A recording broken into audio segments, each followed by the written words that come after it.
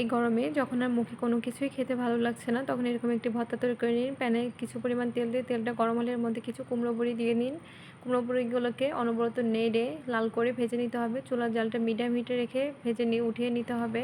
সবগুলো বড়ি উঠিয়ে নিয়েছি। এখন এর মধ্যে দিয়ে দেবো আস্ত রসুন এবং কাঁচামরিচ। এগুলোকে তেলের মধ্যে হালকা কিছুক্ষণ ভেজে নিব। যেহেতু মরিচ এবং রসুন ভেজে নিতে একটু সময় লাগে, তাই আগে দিয়ে দিয়েছি। এখন দিয়ে দেবো পেঁয়াজ কুচি, দিয়ে হালকা বাদামি করে ভেজে উঠিয়ে নিব। এখন একটি ব্লেন্ডার জারের মধ্যে শুকনো বড়িগুলো দিয়ে ব্লেন্ড করে নিব। আপনারা চাইলে শিলপাটায় বেটে নিতে পারেন, মিহি করে ব্লেন্ড করে নিতে হবে। এখন এগুলোকে একটি প্লেটে ঢেলে নিচ্ছি।